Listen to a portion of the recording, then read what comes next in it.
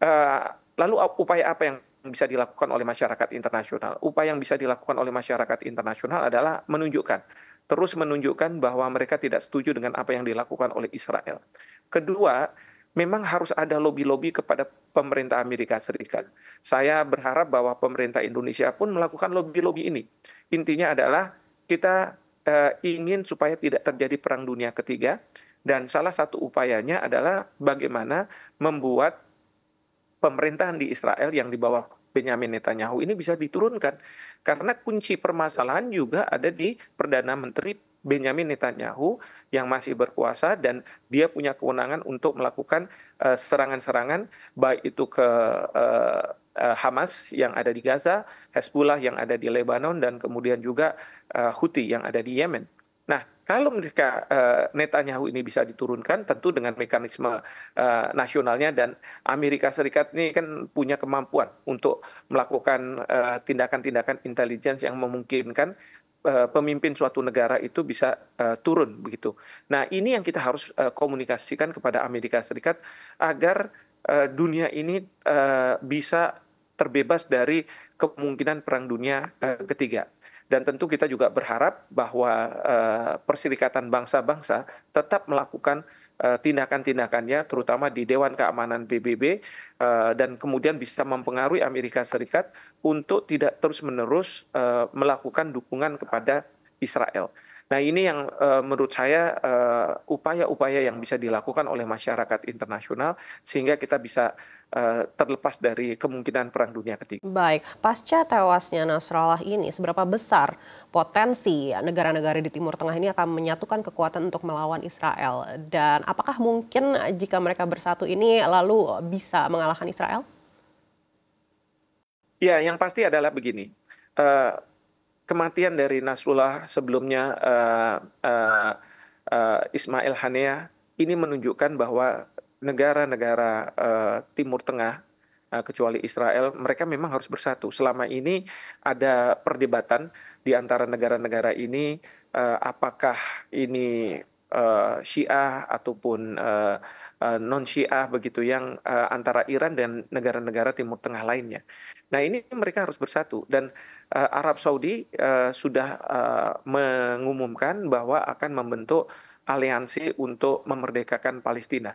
Saya harap bahwa negara-negara di Timur Tengah bisa bersatu untuk menghadapi permasalahan ini. Tetapi kalau ditanya apakah negara-negara Timur Tengah ini bisa berhadapan-hadapan langsung dengan Israel, sebenarnya sih bisa. Karena kekuatan Israel dibandingkan dengan negara-negara yang ada di Timur Tengah eh, jauh lebih kecil. Namun demikian, permasalahannya adalah Israel ada Amerika Serikat di belakangnya.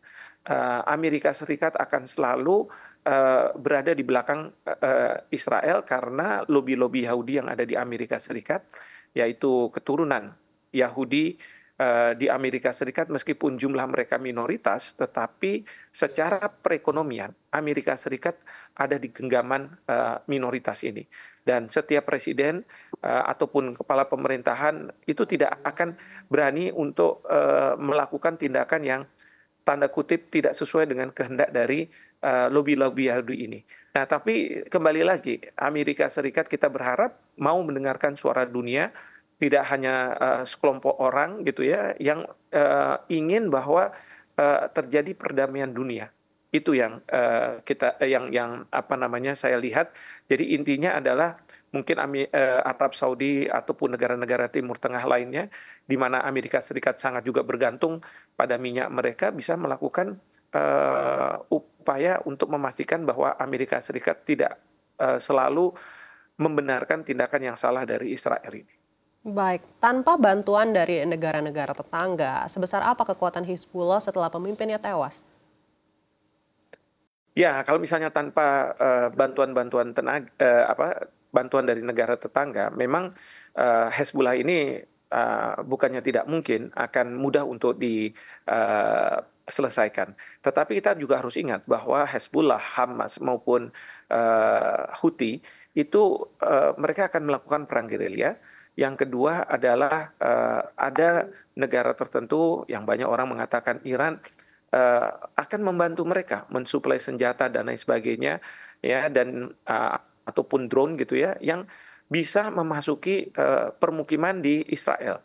Kita tahu bahwa kemarin ini ada serangan yang sangat luar biasa ke Hezbollah di Lebanon, itu karena Israel merasa bahwa Hezbollah sudah memasuki wilayah pemukiman di Israel.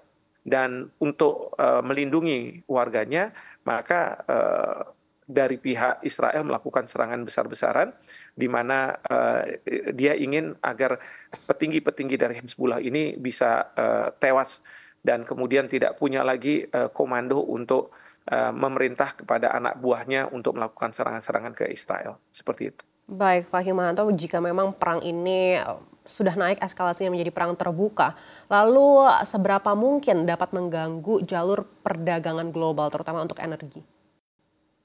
Ya, ini sangat-sangat mengganggu. Ya, tidak hanya untuk jalur perdagangan energi, tetapi juga ini akan berpengaruh pada supply chain, ya, yang biasanya antar negara ini kita sudah terbiasa karena dunia ini sudah interconnected. Lalu kemudian juga akan berpengaruh pada krisis keuangan, krisis ekonomi, bahkan juga krisis kelaparan, ya, krisis pangan yang akan terjadi di sejumlah negara, terutama di negara-negara berkembang yang akan terdampak. Artinya apa? Perang yang terjadi di Gaza ini sudah sampai titik ini akan berdampak pada krisis multidimensi. Tinggal seberapa cepat ya suatu negara akan terdampak. Mungkin kita di Indonesia belum merasakan, tetapi saya yakin kalau ini terus kita akan juga merasakan. Oleh karena itu, setiap negara harus punya perspektif yang sama bahwa perang ini harus diselesaikan. Terlebih lagi bagi Indonesia yang kita punya politik luar negeri bebas aktif, di mana dengan politik luar negeri yang bebas aktif ini, keberpihakan kita bukan pada siapa yang berperang, salah satu mereka yang berperang, tetapi keberpihakan kita adalah pada perdamaian.